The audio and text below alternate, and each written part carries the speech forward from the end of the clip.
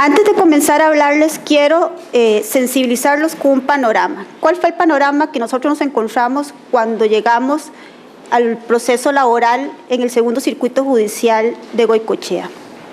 Antes de comenzar a trabajar nosotros con todo este procesos laborales, a mí me dan un encargo, que es primero de ir a conocer o presenciar cómo eran los procesos laborales. ¿Cómo eran los procesos laborales? Los primeros 2 meses me encargo en crear experiencia en eso. ¿Y qué es lo que vi? 1, la persona empleadora con su abogado. 2, trabajadores solos, sin abogados, en una audiencia de recepción de prueba, solos, con un juez delante de ellos. Los trabajadores normalmente, personas migrantes, muchas veces personas que no tienen estudios adecuados académicos para ir a un juicio, ¿verdad? Y un juicio que es totalmente técnico, un juicio que, a pesar de que se habla de que es social, es creado y aplicado basado en el Código Procesal Civil, a pesar que tenemos un código de trabajo. Un código técnico donde los trabajadores no tienen por qué saber cómo manejarse en un proceso. Llegaban y ¿qué es lo que le dice el juez? Bueno, aquí tiene su testigo. Y el pobre señor, ¿mi testigo qué? ¿Para qué tengo yo mi testigo? Es que tiene que preguntarle. ¿Y qué le pregunto? O en la primera etapa, que es la conciliación, llegan y le dicen, ¿quiere conciliar? Y el señor, ¿qué es lo que debe conciliar? Bueno, ahí todavía el juez tiene un poco más de flexibilidad de llegar y explicarle qué es la conciliación y con todo crear ahí un ambiente para lograr conciliar. Pero ya cuando estamos a la hora del juicio, el juez no puede asesorar. Aunque se ha hablado de que eso está mal interpretado, que sí el juez puede hacer un quiebre en ese tipo de asesoramientos, pero el juez no puede estarle diciendo al trabajador, vea, pregunte tal cosa para que el testigo diga tal otra. Y lo que más me dolió a mí es ver cómo empleadores llegan a juicio con bufetes que son que yo sé que un abogado de esos ni siquiera gana, o sea, gana más de lo que le tenían que dar al trabajador en una conciliación. Que hay veces llega el trabajador, lo que quiere son 500,000 pesos, y yo sé que un abogado de esos bufetes no llegan a eso. Eso es terrible. Y hace poco tuve incluso un problema en redes sociales, porque ¿qué es lo que me dicen? Sí, es que ahora la defensa pública quiere topar todos los servicios jurídicos. ¿Y los abogados qué hacemos? Entonces le digo yo al colega que me discutía eso, le digo, bueno, en este momento no hay defensa pública. Ahí hay un montón de trabajadores que necesitan defensores, lo que pasa es que no tienen dinero para pagar. Y bueno, vayan a una cuota litis. Entonces me dice, pero es que muchas veces las empresas no tienen plata para pagar en una cuota litis, ¿verdad? Cuando se les condena, porque también tenemos el problema que hay mucha empresa fantasma. Entonces le digo, señor, entonces ese tipo de trabajadores son los que queremos la defensa pública. Esos trabajadores que no tienen quien los asesore, que no tienen dinero para ser asesorados. Ustedes tengan el resto. Esas personas tienen derecho a tener acceso a la justicia. Por eso es que inicia este proyecto piloto. Como dijo doña Julia, comienza por acuerdo de Corte Plena en el 2012. Eso lo voy a pasar muy rápido porque doña Julia un poco lo dijo. Ahí se crean 2 plazas de defensor público y una de auxiliar. Como lo dijo doña Julia, después una de esas plazas se transforma a supervisión.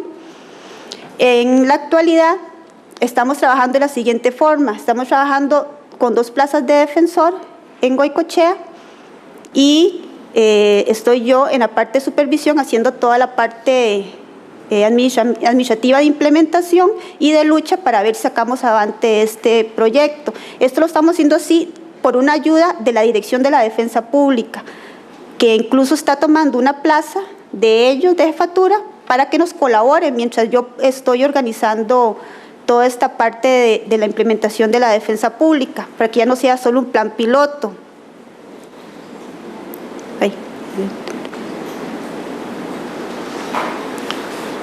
¿Cuál es la población meta de la defensa pública?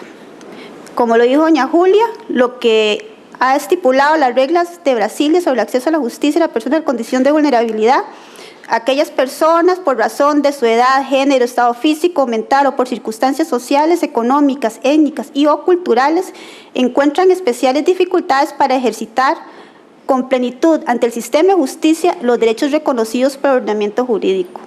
En este momento que estamos, por una cuestión de limitación de recursos, porque solo son 2 defensoras, a quienes estamos atendiendo: migrantes, mujeres embarazadas o en lactancia, adultos mayores, menores de edad, discapacitados, personas que no saben leer y escribir. Es un servicio un poco reducido en este momento. Dentro de las reglas de Brasilia hay un imperativo que es el que se tiene que respetar. Ahí se habla de la ampliación de funciones de defensorías públicas, no solamente en orden penal, sino también en otros órdenes jurisdiccionales, que aquí es donde ya entramos toda la parte laboral. Ahí lo que les presento es unas fotos de la Oficina de la Defensa Pública del Segundo Circuito, cómo estamos funcionando. Ahí ven a la auxiliar administrativa que está en el 4º piso con su rótulo que dice materia laboral y todas las especificaciones de las personas vulnerables. La auxiliar es Catherine Vargas.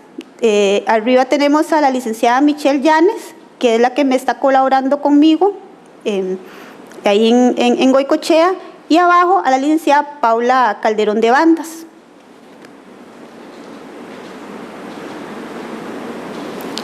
Este es un cuadro que llevo yo en cuanto a la tendencia de cómo se están presentando los casos en la defensa pública, las demandas presentadas. Yo aquí sí solo estoy utilizando los datos oficiales que presentamos a planificación, porque también están otros datos que son de las personas que también asesoramos, atendemos, porque si bien hay personas que no podemos llevarles el proceso completo, sí los estamos asesorando. Pero en cuanto a las demandas presentadas, si ven, en el 2012 comenzamos presentando 106 demandas, en el 2013 221, en el 2014 baja un poco a 199. El 2014 baja un poco porque es cuando se nos vienen ya todos los juicios. Entonces ya tenemos una problemática, que es que tenemos que estar presentes para hacer demandas y tenemos que ir a juicios toda la mañana o toda la tarde, que son los señalamientos.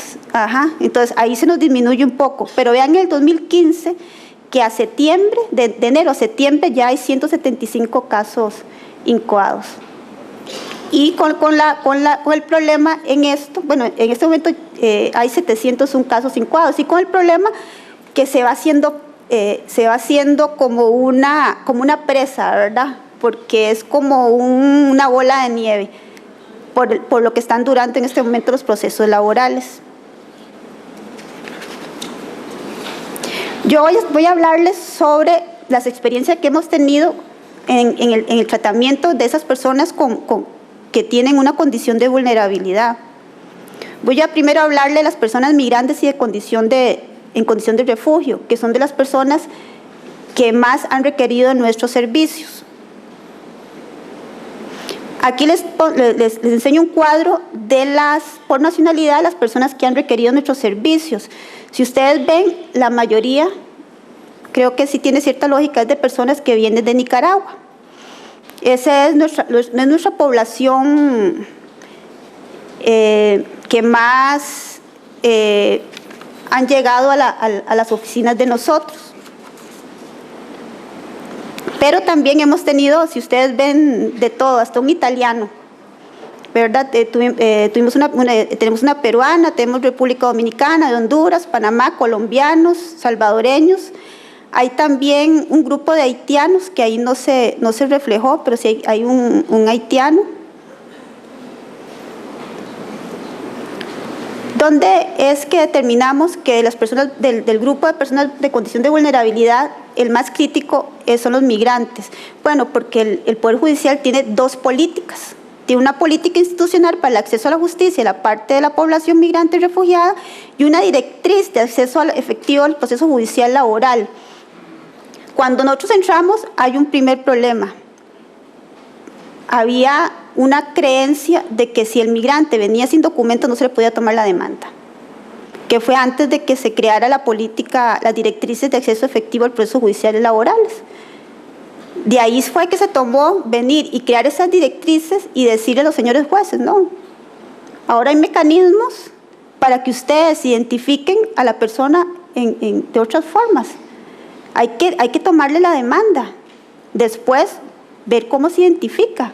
E incluso hasta la misma parte empleadora puede decir si es él o no es él, pero hay que tomarle la demanda. Entonces, ahí comenzamos ya a trabajar con ese grupo. Como buenas prácticas, yo quiero traerles una, que es el artículo 72 de la Ley General de Migración y Extranjería. ¿Qué es lo que nos dice este artículo? Por orden judicial o de un tribunal administrativo, la Dirección General otorgará autorización de permanencia migratoria provisional a las personas extranjeras que deban apersonarse a un proceso. El plazo de vigencia de la autorización referida será determinada por el juez. Esto es algo que es muy importante para la práctica. ¿Por qué? Porque muchas veces los trabajadores llegan y es normal que les digan los patronos, que es lo que llegan a decirnos a nosotros. Es que me dijeron que si ponía la demanda, que me deportaban. Disculpe, es que usted no lo pueden deportar. Hay que pedirle al juez eso. Lo que pasa que no sé por qué no es muy utilizada. Se utiliza sí, quiero decirles que no hay como un protocolo por parte de migración como de cómo dar este tipo de... Y está trabajando, sí, de dar este tipo de autorización de permanencia provisional, pero que sí en la Comisión de Acceso a la Justicia de Migrantes, que la encabeza doña Julia, se está trabajando para hacer para hacer algún protocolo para que se pueda determinar cómo realizar este tipo de permanencia migratoria provisional, pero que hay que pedirla. Entonces, nosotros, ¿qué llegamos a hacer ahí? A pedirla. A pedir este tipo de permanencia provisional. Más que todo, no se las pedimos a todos los migrantes, sino se las estamos pidiendo a aquellos migrantes que sí sentimos que hay una condición o una amenaza de que lo quieran deportar. O que él haya dicho que el patrono le indicó, vea, es que mi patrono dice que si ellos me denuncian me deportan. O como hemos tenido casos, que llega migración al trabajo y desde ahí se los llevan, ¿verdad? Porque es que lo voy a echar. Entonces traen a migración de una vez para que se lo lleven. ¿Y por qué? ¿Y por qué es eso? Porque los deportan sin pagarle las prestaciones laborales. Eso es todo el quick del asunto en este tema.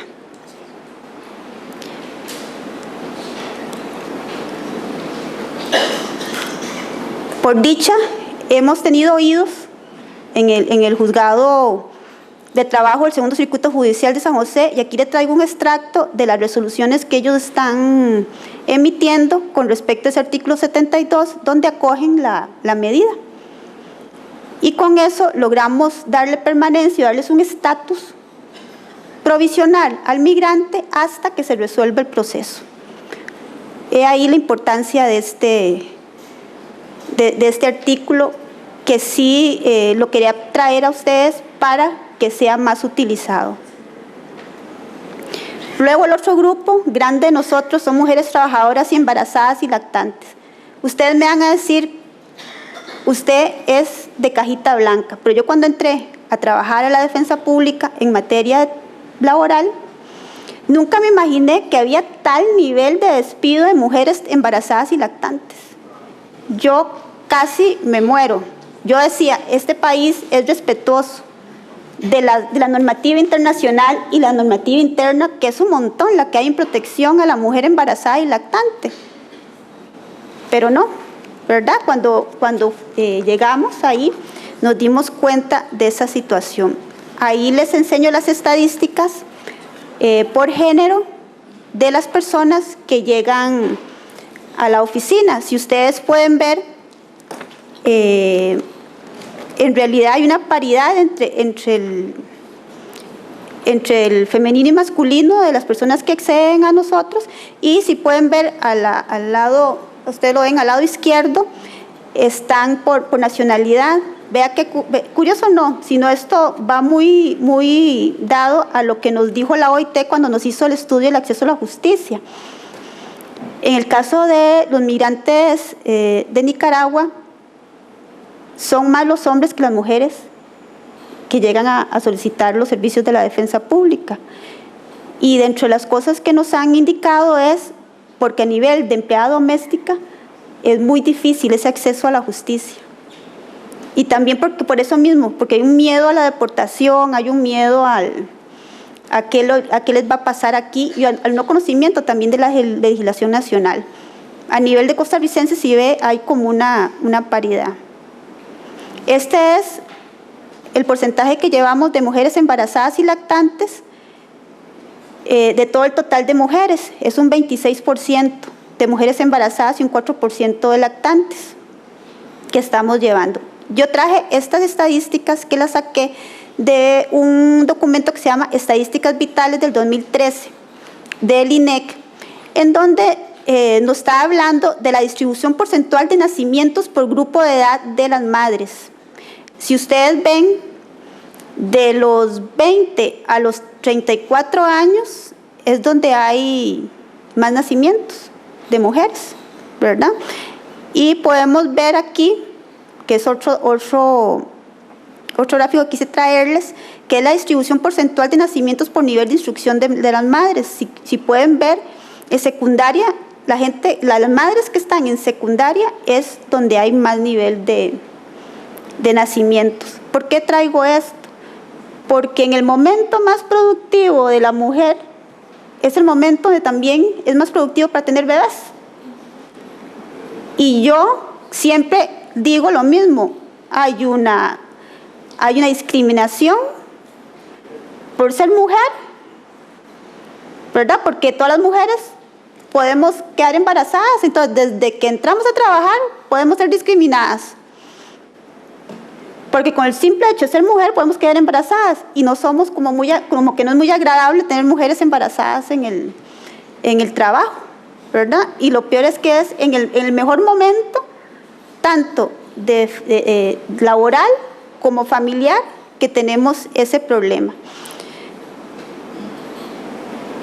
Eso siempre cuando voy a juicios y concluyo, siempre trato de sensibilizar eso al juez, ¿verdad? Les digo yo, vean, es que es una discriminación doble esto, simplemente por ser mujer, y que es lo que los jueces lo entienden muy bien, pero cuando concluye la parte patronal o el abogado, la parte empleadora, se me viene siempre encima, ¿verdad? Y me dice, es que no estoy discriminando a nadie, ¿verdad? Yo no, y menos doble, yo no he discriminado a nadie doble, no, claro que estás discriminando a alguien doblemente, estás despidiéndola embarazada. Si usted despide a una mujer embarazada, está en contra de todas las mujeres que podemos ser madres.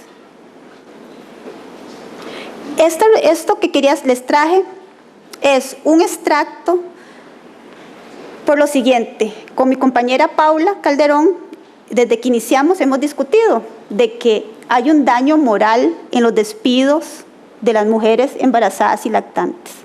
Ustedes no saben cómo llegan esas mujeres a las oficinas de nosotros, llorando, en un estado de nerviosismo tremendo, y me dicen, ¿qué voy a hacer?